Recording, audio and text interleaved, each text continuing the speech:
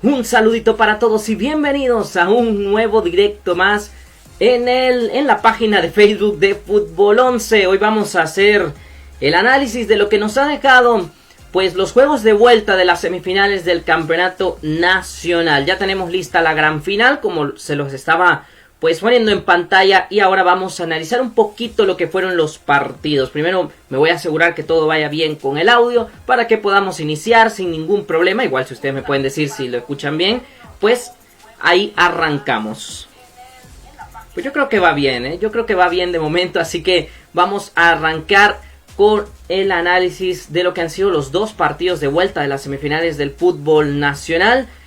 Por cierto, muchas felicidades desde ya a aquellos equipos que han clasificado a la gran final, y de igual forma felicitar a los otros dos semifinalistas, porque más allá de que no hayan conseguido su objetivo de avanzar hacia el juego decisivo, pero han hecho un gran torneo y con creces se han merecido estar hasta en esta instancia. Bueno, a partir de aquí vamos a comenzar. Todos los comentarios que ustedes quieran dejar acerca de cualquiera de las dos eliminatorias pueden ir haciéndolo aquí en la cajita del chat y yo lo iré leyendo después de que vayamos haciendo el análisis de cada partido. Es decir, terminamos con el de FAS Alianza, leemos algunos comentarios, luego vamos con el Águila Jocoro y leemos otros más. Gracias a Luis Ordóñez y a Patricia Aguilar, que ya están con nosotros y nos dice que se escucha bien. Así que si ustedes lo escuchan bien, nosotros vamos a arrancar. Comenzaremos, esto no lo hago en orden de un partido que me gustó más que otro, sino básicamente qué partido terminó antes que el otro. Así que vamos a comenzar con la primera eliminatoria que quedó definida, que fue la de Club Deportivo FAS contra Alianza, empatando 0-0 en el estadio Óscar Alberto Quiteño, y que yo pues ya saben que trato de titular cada una de las cosas que vamos viendo en los partidos, y para mí no hay mejor forma de describir esto que eliminatoria controlada. Ya iremos pues desglosando el hecho que nos ha llevado por lo menos a titularlo de esta manera, a que esta primera semifinal se llame o tenga este nombre. Y lo primero que hay que hacer es, claro, revisar las alineaciones de los dos equipos. Cómo se pararon tanto FAS como Alianza en el estadio Óscar Alberto Quiteño. Pues FAS salió con Kevin Caravantes, Ibsen Castro, Néstor Rendero, Xavi García y Diego Chávez en la defensa. Brian Landaverde, Erivan Flores, Wilma Torres. También está Javier Figueroa, que se me ha olvidado el nombre, Javier Figueroa, que eran los cuatro mediocampistas. Y ahora el Zarco Rodríguez le había sumado un atacante más, Luis Perea y Diego Areco. Si no me equivoco, llegó a haber hasta 3 cambios en alineación. Néstor Rendero retrasó su posición para poder desplazar al Beto Enríquez, que había jugado el partido de ida. Diego Chávez también, que ingresó por Andrés Flores Jaco, que había tenido un partido muy complicado. El ingreso de Erivan Flores, como lo habíamos previsto en el análisis que hicimos posterior al primer juego. Y luego Luis Perea, básicamente para sustituir al Guille Estradela. Y si no me equivoco también salió Marvin Aranda en favor de Javier Figueroa. Es decir, varios cambios en Club Deportivo FAS, obviamente dirigidos por el Zarco Rodríguez. Y lo más llamativo del caso es que FAS jugó el partido de ida con un 4-2-3-1 y esta vez lo hizo con un 4-4-2. La idea, pues quitar a un hombre más de la media punta, por decirlo así, quitar a uno de la media punta y agregárselo arriba. Con Néstor Renderos ganar contundencia en el centro de la defensa, y con Erivan Flores tratar de tener mayor recorrido en el medio del campo, porque al final es un futbolista que tiene esa cualidad, que te corre muchísimo más metros, que trata de cubrir el ancho del campo. Entonces en ese sentido creo que tenía coherencia la idea del Zarco Rodríguez. Y aquí lo habíamos mencionado, si el Zarco no podía encontrar un organizador, un creativo, lo mejor era sumarle un futbolista más al ataque, y así lo hizo. Mientras que el cuadro de los salvos de la Alianza salió con Mario González, Jonathan Jiménez, Iván Mancía, Henry Romero y Rubén Marroquín en la defensa. El Clavito Portillo anclado como el único pivote. Cienfuegos, Narciso Orellana, Marvin Monterrosa y Brian Tamacas como la línea de mediocampistas. Y Michel Mercado solito en punta. 4-1-4-1. Misma alineación que presentó en el juego de ida, por lo menos mismo sistema, evidentemente con el único cambio de que no podía estar Juan Carlos Portillo, que se lesionó en el primer partido, y por eso le dio entrada a Wilfredo Cienfuegos, que jugó este encuentro.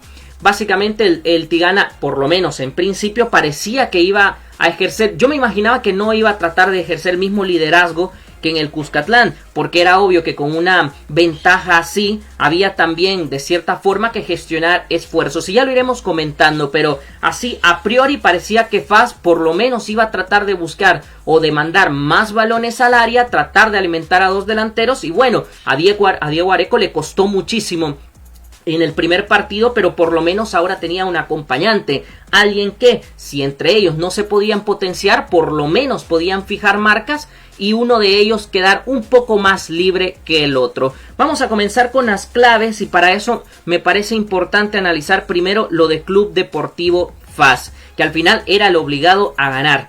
Y lo primero es la ansiedad desde el minuto 1. Hubo algo que nosotros comentamos aquí, que lo hablamos entre todos, y era que FAS tenía que pensar primero, por muy obvio que suene, primero en anotar el primer gol y no ir por el segundo o el tercero directamente. Se notó que Club Deportivo FAS estaba jugando pasado de revoluciones cuando tenía el balón, y que eso le llevó a ser demasiado inconsistente en la fluidez del juego y además a ser muy impreciso en ese penúltimo y último pase. Por eso es que, a pesar de que los primeros 15 minutos del partido me pareció que FAS sí que salió con otra actitud, salió más contundente, salió viendo la portería rival, tratando de acercarse, tratando de progresar y cortando los circuitos en el medio campo del cuadro de Alianza, pero claro, una vez ya estás en 3/4 de campo, ¿qué hacías con esa pelota? O mandaba el centro para que Diego Areco y Luis Perea se rebuscaran como pudieran, o sea, centros laterales, ni siquiera ganando línea de fondo, o si no, trataban de conectar con Wilma Torres, que estaba cerrando por el centro, pero ese penúltimo pase siempre era equivocado, y cuando trataban de profundizar a través de Wilma Torres, ese último pase de Wilma también se equivocaba, y ahí se notaba que el Club Deportivo FAS estaba, no te digo pensando más en otra cosa que en la eliminatoria, pero sin duda alguna creo que estaba más concentrado en pensar cómo va a caer el tercer gol o cómo va a caer el segundo, que pensar en hacer buenas conexiones para crear el primero. A mí me dejó mucho a deber en esos primeros minutos FAS, a pesar de que fue mejor que Alianza, se notó bastante mejor que en el anterior partido, y era una mejoría ya no solo que le exigía a su público, sino que ellos mismos se tenían que exigir, y empezó bien. Pero el problema es que cuando juegas con tu ansiedad, cuando juegas muy nervioso, cuando juegas con mucha impaciencia, porque evidentemente el marcador así te lo está demandando, también sueles cometer muchos errores, y se notó en el equipo del Zarco Rodríguez que pasadito de revoluciones fue otra cosa. La segunda clave que me gusta destacar, o que me gustaría destacar, es el juego directo de Club Deportivo FAS, porque, bueno, insistimos que en el primer juego, y así como todo el torneo, le ha faltado un organizador claro, y ahora como sumaste un atacante más, tenía lógica mandar más balones al área. El problema es que el juego directo que intentó FAS, y con juego directo me refiero a hacer pocos pases y llevar la pelota al frente lo más rápido posible, a veces en pelotazos o a veces en transiciones rápidas a ras de piso, pero el hecho de que querían que la pelota llegara a Areco y a Luis Perea rápidamente, que ellos pudiesen hacer algo en ataque, y de hecho más allá me parece de una jugada de Diego Areco, un disparo de larga distancia que Mario González controla bien, no llegaron a crear nada, porque Club Deportivo FAS es un equipo que es verdad que le hacen falta piezas para jugar como Jorge el Zarco Rodríguez quiere, pero que tampoco es un equipo que sabe utilizar a la perfección ese juego directo, porque no está acostumbrado a hacerlo. FAS necesita más espacio, necesita más desborde, necesita que aparezcan los hombres entre líneas, pero claro, no los tuvo ayer, porque incluso quitó a su media punta, no estuvo el Guilla Estradela en los primeros minutos, y aunque entiendo la estrategia del Zarco, lastimosamente para él y sus intereses, el no estar acostumbrados a jugar de esa manera les pasó factura, y a medida que pasaron los minutos se notó no solo que no había una estrategia o un plan B para poder solucionar en caso de que esta no funcionara, sino que le estaban apostando a este juego al pelotazo, casi que rezando y pensando en que alguno de los dos delanteros podía pescar algo. Y finalmente la tercera clave es falta de superioridades. Nunca FAS creó superioridades por las bandas. Las pocas veces, de hecho me parecen contaditas 2 o 3 de Ibsen Castro, que llegó por banda ayudando a Wilma Torres, el FAS pudo hacer daño, pudo hacer centros muchos más peligrosos, obligó, forzó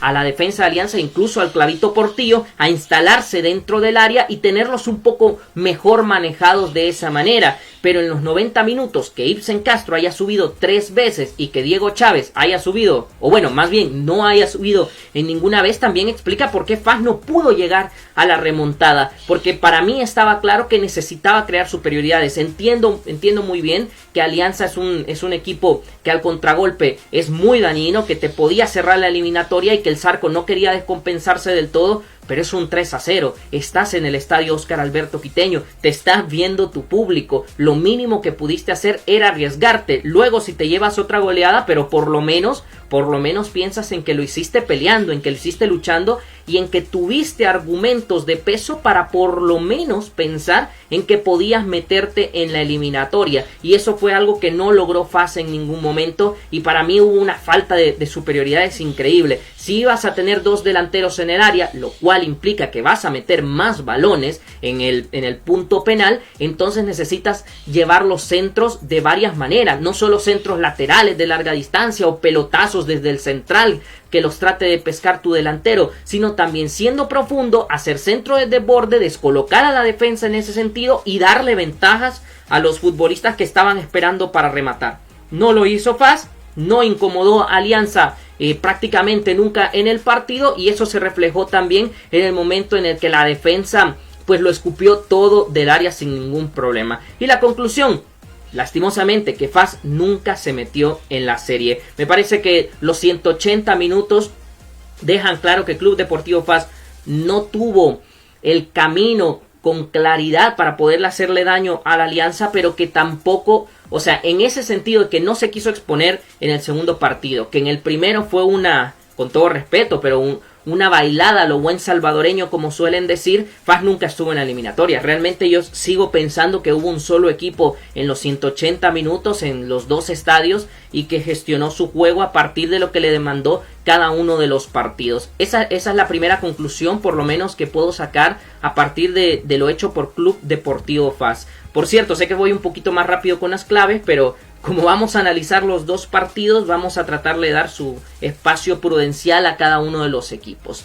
En fin, con Alianza las claves cambian. Primero, un equipo sin fisuras. El hecho es que Alianza sabía que en el estadio Óscar Alberto Quiteño y con los deberes medianamente hechos en el estadio Cuscatlán, no era el equipo que tenía que arriesgarse, no era el equipo que tenía que repetir esfuerzos para poder ir a ganar y sacar un resultado, una hazaña en el estadio Óscar Alberto Quiteño. No estaba obligado a correr desde el minuto 1 al 90 como lo hizo en el estadio Cuscatlán. Más bien llegaron a hacer un estilo de repliegue, pero con mucho orden, en el que no le dieron espacios a FAS, y cuando FAS trataba de avanzar por el medio no había caminos por los costados. Como FAS no creó superioridades, tampoco se encontraban las grietas del cuadro albo, y en defensa, las pocas veces que Iván Mancía o Henry Romero no podían llegar a esos centros laterales, el Clavito Portillo siempre estaba para sacarlo. Es decir, que fue un equipo con mucho orden, fue un equipo sin fisuras, fue un equipo al que no le pudieron encontrar los espacios prácticamente nunca en el partido, y por eso, por consecuencia, es que Alianza terminó con otra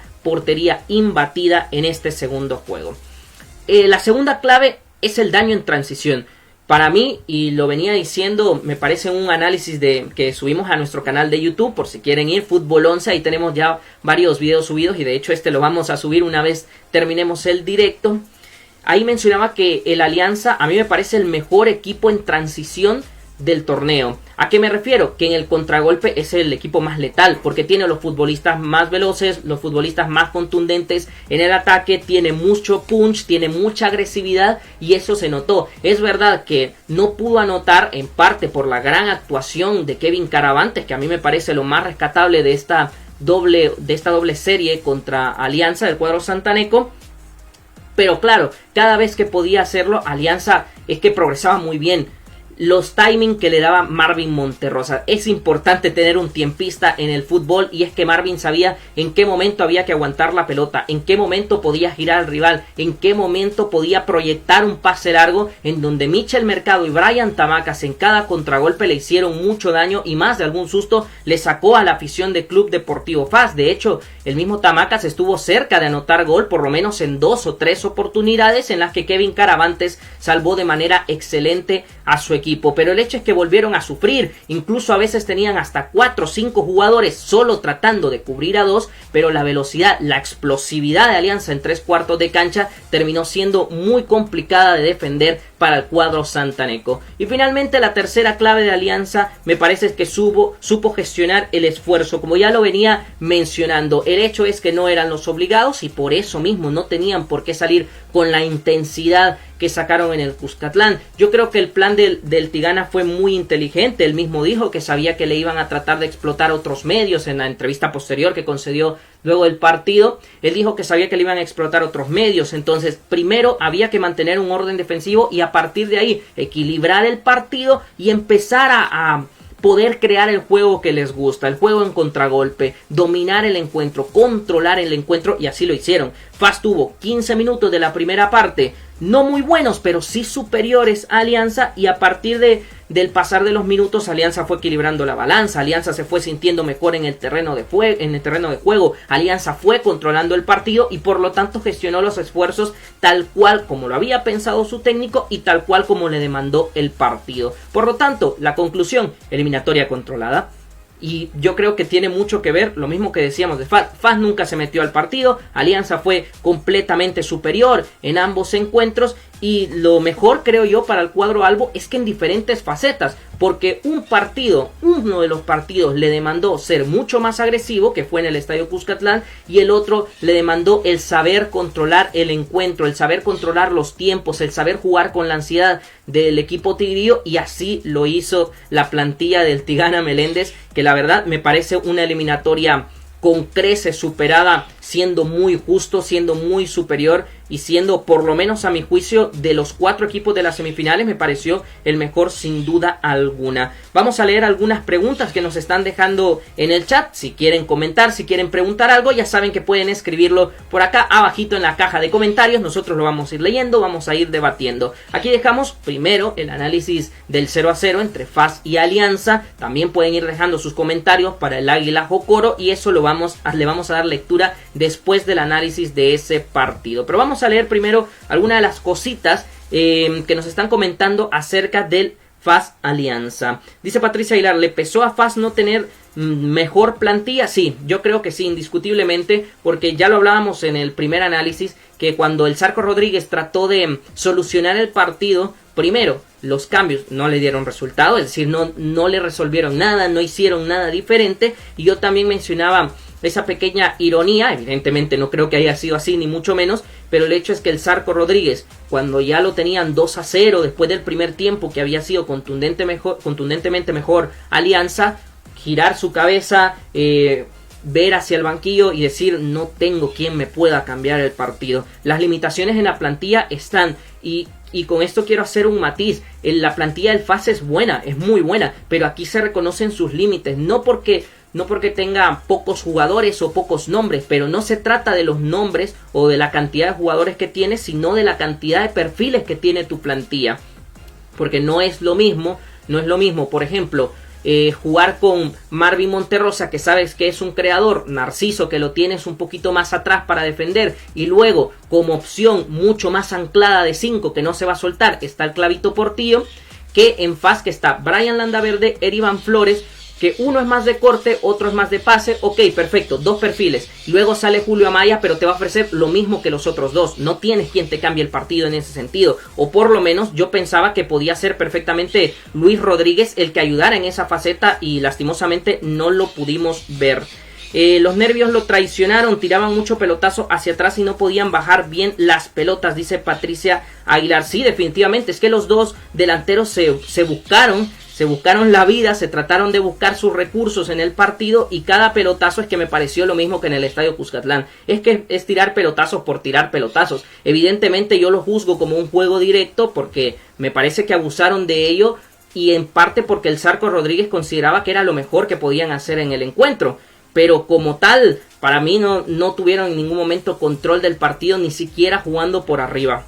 Y finalmente Alianza ya le había ganado la moral al FAS desde el primer partido. Yo creo que eso es muy cierto y a la vez el principio del partido lo mostró mucho. Porque es verdad, y como decimos que FAS, los primeros 15 minutos me parecen positivos, me parecen de otra actitud, me parecen de un equipo que a pesar de que conoce sus limitaciones, quiere remontar y trata de hacer cosas para lograrlo. Pero después de esos 15 minutos no te llega el gol, la ansiedad te va comiendo la cabeza, la afición también va entrando en calor en el mal sentido, porque claro, quieren ver un gol rápido, quieren ver llegadas constantes de su equipo y no lo están haciendo, y a partir de eso fueron como mentalmente perdiendo el partido. Y en ese sentido Alianza lo trabajó muy bien. Así que sí, yo creo que la moral, lo psicológico lo perdieron en el primer partido, y los 15 minutos del segundo fueron lo único rescatable del FAS. Ya los últimos, que debo de aceptar que los últimos 10 minutos de FAS son un poquito mejores que el tramo general del partido, pero ya es una cuestión más de empuje, es una cuestión más, creo yo, de moral, de garra, de tratar de no irte así de derrotado. Por lo menos hubo un cambio de actitud en los últimos minutos, pero tampoco sirvió básicamente de mucho. ¿Cómo ves la final? Dice Rafael Solórzano. Sinceramente la veo muy pareja, y creo que parte de lo que hemos visto en estas semifinales se va a reflejar mucho ahí. Para mí Alianza, esto es un análisis, voy a hacer un análisis cortito porque ya lo comentaremos con Orlando en el programa posteriormente. Para mí Alianza va a salir con la intención de presionar el juego de posesión de Águila, de quitarle la pelota lo más cerca de su propio campo y luego atacar, ya sea con muchos efectivos o con inteligencia, con los ingresos de Brian Tamacas, que hay que ver si estará listo para la final, o de Juan Carlos Portillo, que también parece de momento duda. Y Águila, que tratará de construir bajo la posesión, de explotar esos espacios, de tratar de romper esa presión de Alianza para, en 3/4 de cancha, que Mayén tenga la posibilidad de generar con espacios, para que Santos Ortiz, para que Diego Coca estén cerca de ello y fluyan las conexiones. Veo una final muy pareja, dos estilos que, aunque no lo parece, creo yo que no son súper antagonistas, pero que sí son bastante diferentes y bien marcados. Veo una final pareja. Me gusta bastante lo que podemos ver en la final, lo que se prevé para la final. Incluso la afición estaba un poco decepcionada, sí, no lo dudo. Creo que como te digo, creo que esos primeros 15 minutos y esos últimos 10, la afición de FAS lo puede rescatar. La afición de FAS puede pensar que sí, su equipo quiso remontar, pero es que si le quitas esos 25 minutos, la actuación de FAS es muy pobre, y esto no es por querer criticar constantemente a FAS, sino es desde mi subjetividad u objetividad, pues trato de comentar lo que vi. Sí que me pareció que FAS volvió a dejar a deber en este segundo partido en el Quiteño, y que cuando tuvo el ímpetu no tuvo la calidad ni tuvo la tranquilidad o la paciencia para poder conectar como debía hacerlo con su gente de ataque. Vamos a la segunda semifinal, al juego de vuelta, que la he nombrado como la remontada migueleña. Yo creo que más claro pues no puede estar. ¿Y cuáles han sido las claves? ¿Cuáles han sido las alineaciones? Pues también lo vamos a platicar. Águila salió con Benji Villalobos, con Kevin Melara, con Andrés Quejada, Ronald Rodríguez, Marlon Trejo. En la defensa, Fabricio Alfaro y Jan Maciel como doble pivote. Santos Ortiz, Gerson Mayén y Diego Coca como una primera línea de media puntas, y Nicolás Muñoz en el ataque. 4-2-3-1 el sistema del Carucha Corti. Repitió el mismo sistema, repitió la formación, salvo la baja de Wilson Rugama en el primer partido y el ingreso de Fabricio Alfaro. Pero esto es como decir que 1 más 1 es 2. ¿A qué me refiero? Que los dos futbolistas tienen la misma función, que los dos futbolistas te iban a aportar lo mismo. Entonces, salvo la diferencia de niveles, que eso ya lo juzgará su técnico, cada uno de esos dos futbolistas que mencioné te aportaban lo mismo en la cancha. Mientras que Carlos Romero mantuvo su sistema de 4-5-1, pero esta vez, por ejemplo, a mí el cambio más trascendental me parece en la portería. Ya no estuvo Felipe Amaya, el Meme González había sido el portero titular durante toda la campaña, y recordemos que el partido anterior se lo perdió por expulsión, pero a mí me parecía claro que iba a volver el Meme González, y así lo hizo. Manuel González en portería, Elvis Claros, David Hernández, Eder Moscoso y Ferdis Hernández en la defensa, Luis Almerón, Francisco Reyes, Kelvin Argueta, Roberto Sol y Yuvini Salamanca en el medio campo, y Carlos Lanza como el único delantero. Me parecía claro que Carlos Romero iba a ir por lo mismo, que tenía claro que primero debía ser sólido en defensa y después pensar en qué podía armar en el contragolpe o en la pelota parada, y por eso es que a pesar de ciertos nombres, el sistema nunca cambió, el sistema iba con la misma idea. Y por otro lado, Ernesto Corti, que quiso ser fiel a la idea que él ha transmitido en el Águila en todo el torneo, o por lo menos desde que él tuvo al equipo. Primero, para no traicionar sus principios, convenciendo a los futbolistas que esta es la mejor manera para ganar los partidos y que así lo han demostrado durante toda la fase 2 y la eliminatoria, y que lo que había pasado en Tierra de Fuego, si bien es mucho mérito del Jocoro, podía mejorarse. Dice Patricia Aguilar, tenía que dar más y no lo hizo Club Deportivo FAS. Completamente de acuerdo, completamente de acuerdo. ¿Cuáles han sido las claves entonces de esta segunda semifinal? Vamos a empezar por Club Deportivo Águila, como no podía ser de otra forma.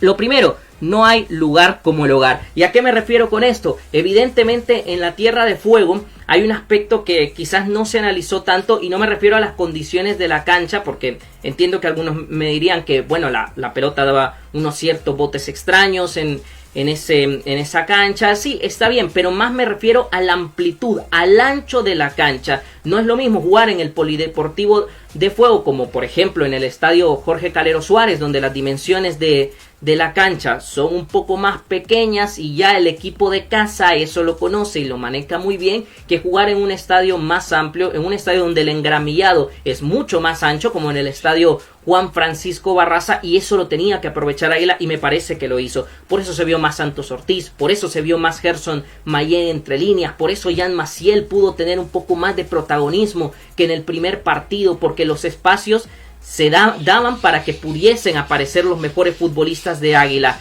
porque los espacios daban que pudiesen fluir mejor las conexiones, como no lo hicieron en el primer partido, que cuando la cancha era corta, claro, acumular los hombres por el centro y evitar que los mejores futbolistas de Águila pudiesen aparecer era más sencillo. La segunda clave, el gol psicológico. Aquí ya sé y lo entiendo, la jugada es polémica, hay una mano que se pudo haber pitado, la jugada es bastante rápida y por eso me parece que no se termina pitando al final.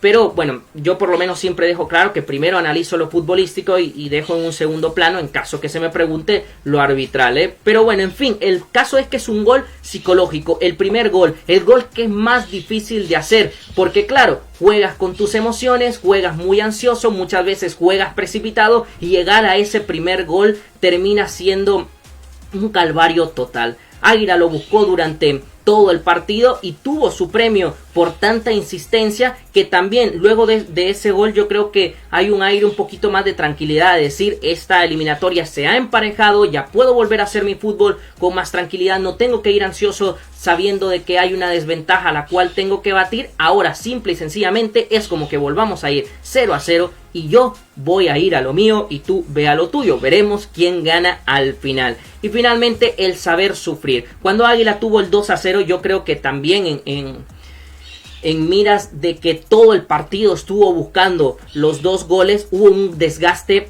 muy claro en el cuadro migueleño, el cual en los últimos minutos, ya después del gol, prefirió recular, prefirió irse hacia atrás, prefirió defender el resultado, porque las piernas no le daban para más. Es verdad que pudo dirigir algunos contragolpes a partir de lo que Gerson Mayén pudo hacer, a partir de que Bruno Santos también entró inspirado en la segunda parte, por lo menos de cara al gol. Pero en general en esos últimos 10-12 minutos del partido, Águila tuvo que irse hacia atrás, Águila tuvo que defender, Águila tuvo que aguantar ese gol que le diera el pase a la gran final, porque después de un desgaste de casi 180 minutos, las piernas no te daban para más, había una cierta presión por tratar de mantener el resultado y también con tu público encima no podías permitirte el perder la clasificación a la gran final. ¿Y qué nos deja esto como conclusión? Fácil, una tarde de remontada, en el sentido que apretaste, aprovechaste el ancho del campo, supiste sufrir los envites del equipo fogonero, entonces todos los ingredientes se dieron para que la remontada pudiese gestarse tal cual como lo habías planeado.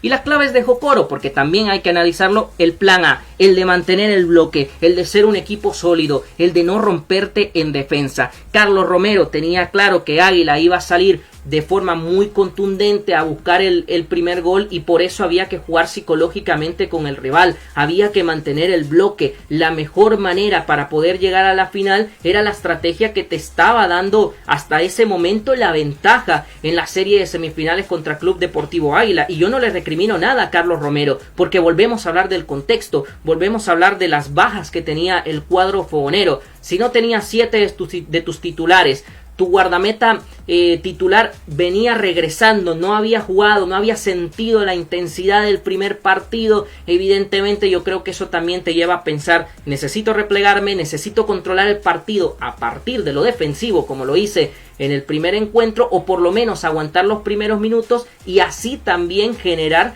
que Águila vaya entrando en ansiedad y que su aporte ofensivo no sea tan preciso. Yo no le recrimino nada a Carlos Romero, creo que hizo lo correcto, creo que hizo lo inteligente, entendiendo las limitaciones que tenía en el plantel, pero así también las ganas, la agresividad que le habían metido a ese mismo planteamiento en el anterior partido. Los jugadores estaban convencidos que de esa manera podían llegar al triunfo, y la verdad es que ejecutaron el plan bastante bien, más allá de perder 2-0, y es verdad que la cancha también les jugó en contra, en el sentido de que, y ya lo comentaremos, de que tuvieron que abrirse más, pero me parece que Carlos Romero ha hecho un trabajo impecable y que no se le puede recriminar el que haya ido a jugar defensivo al Juan Francisco Cariota Barraza. Lo segundo, un equipo más ancho, y esto es lo mismo que comentábamos con Águila. Si la cancha influyó positivamente para el equipo migueleño, pues el mismo factor influyó de forma contraria para el cuadro fogonero. ¿Qué me refiero con un equipo más ancho?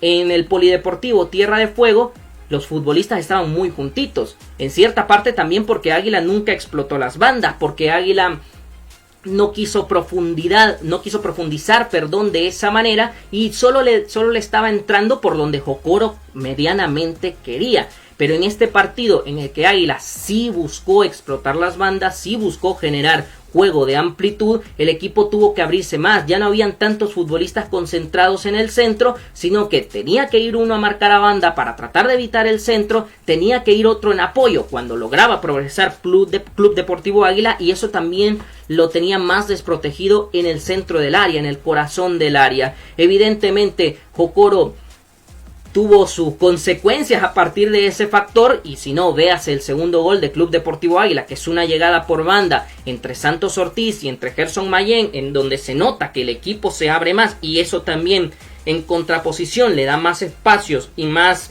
movilidad, más y mejor movilidad a los delanteros de Águila para que puedan aparecer al remate. Y la tercera, eso sí, un equipo que no se rindió hasta el final. Nada más que palmas para Carlos Romero y todo su plantel, que con sus límites, que con el contexto que ya venía, a pesar de la ventaja, lucharon hasta el final, trataron de defender el gol como medianamente pudieron. Una vez que Águila estaba venido encima, trataron de ser firmes en defensa, y cuando les anotaron el segundo gol no se quedaron de brazos cruzados. Fueron a tratar de morder en el área emplumada, fueron a tratar de mandar balonazos, de mandar centros, pero con más criterios, porque sabías que tienes futbolistas para poder jugar a eso. De hecho, hay una jugada que me gustó bastante en los últimos minutos de Carlos Lanza, que es un pelotazo largo, pero que él controla con la cabeza, se la baja, saca un remate que al final termina en tiro de esquina, pero que te demuestra que sabes jugar a eso, y sobre todo que puedes jugar a esa estrategia del juego directo. Dieron la pelea hasta lo último que tuvieron, y aunque es verdad que en los últimos minutos no hubo una llegada tan clara como para decir que pudo haber llegado el empate en el global general, pero sin duda alguna que no se guardaron ningún esfuerzo como para tratar de remontar la situación y clasificarse a su primera gran final. Como conclusión, digno semifinalista. Jocoro ha hecho un gran torneo, hizo una gran primera fase, la segunda se le complicó un poco más, con las 7 sanciones que tenían, eliminaron a Municipal Limeño, sacaron la ventaja ante Club Deportivo Águila del juego de ida de las semifinales, y aunque se han quedado en esta ronda, lo único que se puede hacer con este equipo es aplaudirle, lo único que se puede hacer con este equipo es reconocerle el gran esfuerzo y el talento que tiene, y yo incluso lo comenté por Twitter, estaba comentando el comunicado general de ellos y decía, sí, es una gesta histórica, evidentemente, pero lo mejor, además de llegar a semifinales, es que Jocoro ahora mismo es verdad que un poco obligado por las condiciones, pero ahora mismo tiene manera de proyectar su futuro próximo de una mejor forma y sobre todo para volver a ser protagonistas, porque lo que ha construido ese torneo me parece más que importante. Gran trabajo de Carlos Romero, gran trabajo de todo su plantel, gran trabajo de los futbolistas que, sabiendo la carga que tenían, en varios casos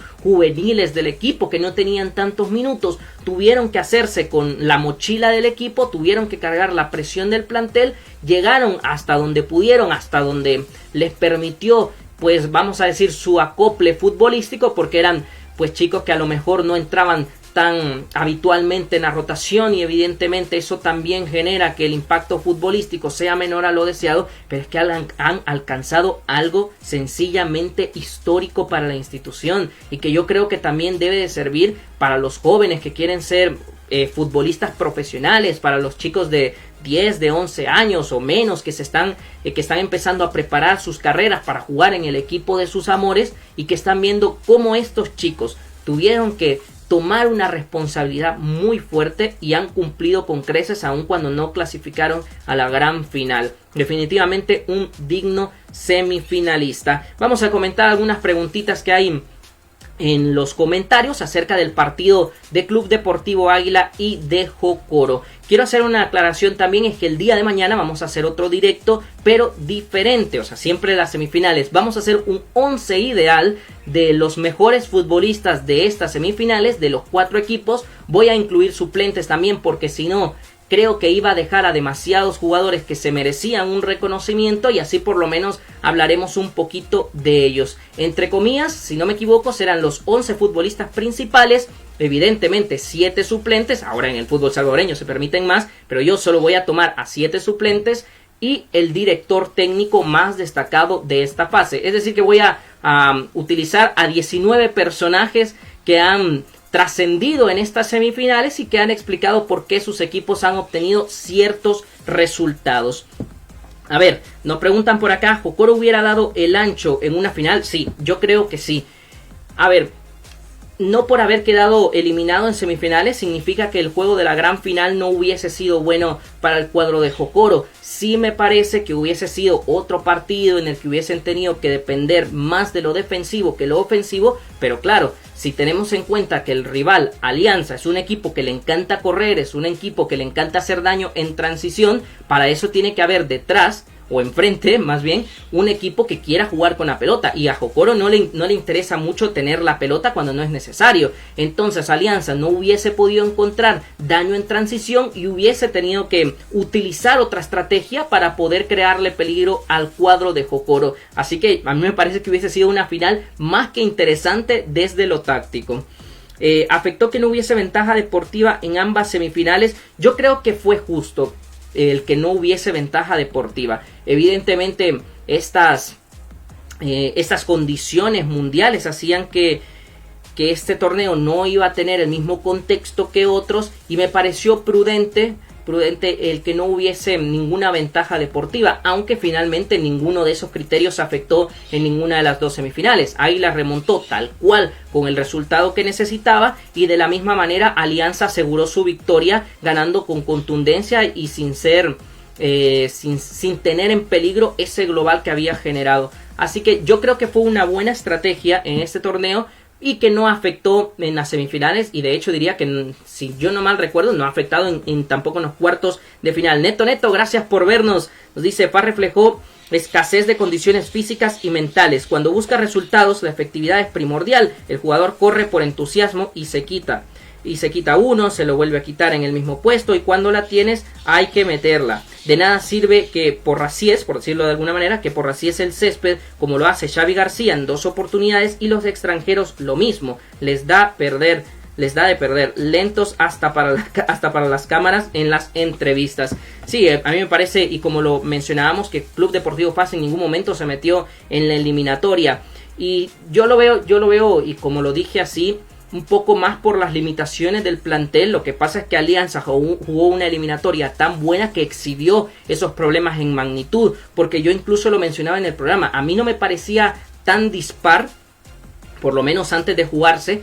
no me parecía tan dispar la eliminatoria entre FAS y Alianza, que sí veía un poquitito mejor Alianza, pero que las distancias creo que se habían acortado, porque el torneo en general de los salvos no había sido espléndido, no había sido tampoco como para escribir con letras doradas. Sin embargo, el Tigana toma el equipo, le da otra idea, un mensaje muy claro, una identidad, sobre todo la intensidad de jugar cada minuto como si fuera el último, y no pudo competir FAS contra eso. Evidentemente hay un problema de intensidad en el equipo, hay un problema de actitud, pero también un límite en la plantilla que no pudo generar soluciones. Y no con esto quiero decir que los jugadores que tenía FAS son malos, ni mucho menos. Para mí es una de las mejores 4 plantillas del campeonato nacional, por lo menos el que empezó este campeonato en el 2021 o 2020-2021.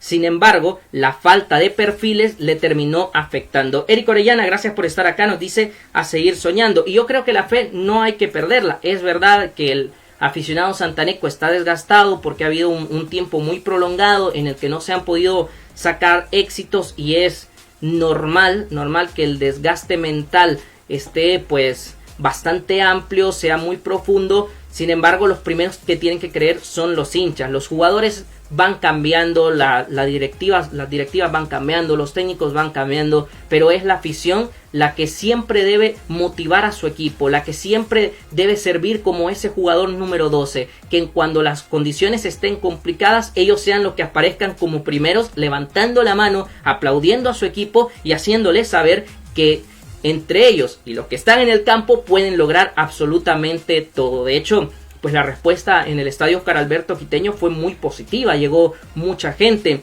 No me quiero meter en este momento porque es algo que vamos a comentar en la noche acerca de las medidas de bioseguridad, sino solo reflejando en el partido ahorita, y la respuesta fue buena. Llegó mucha gente al estadio, creyó en la remontada, o creyó por lo menos que su equipo podía meter las manos en el fuego para no irse del todo derrotado, y ellos fueron los primeros en sacar a relucir que este equipo es grande, que este equipo es histórico, y que este equipo, a pesar del tiempo que lleva sin títulos, sigue siendo uno de los mejores del país. Así que bueno, creo que con esto vamos a terminar el directo de hoy. Mañana, les recuerdo, vamos a hacer un 11 ideal de las semifinales con suplentes y director técnico, los mejores de las semifinales de estos 4 partidos.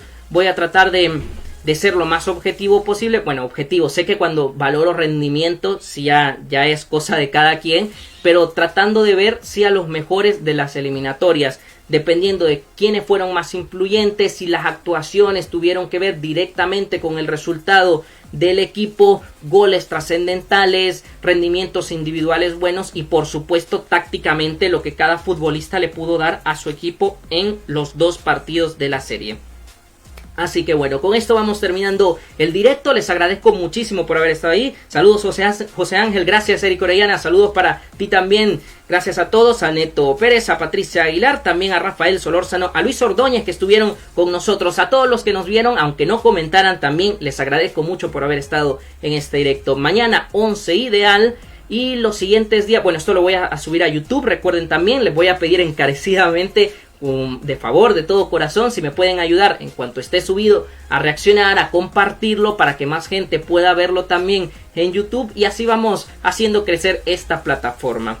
Muchísimas gracias a todos, espero que les haya gustado el análisis, que se hayan divertido, que hayan podido también debatir o incluso sumar algunas opiniones a lo que ya habían pensado de estos encuentros. Cuídense mucho y si todo va bien, hoy nos veremos a las 7:30 de la noche en la noche del deporte. ¡Chao, chao!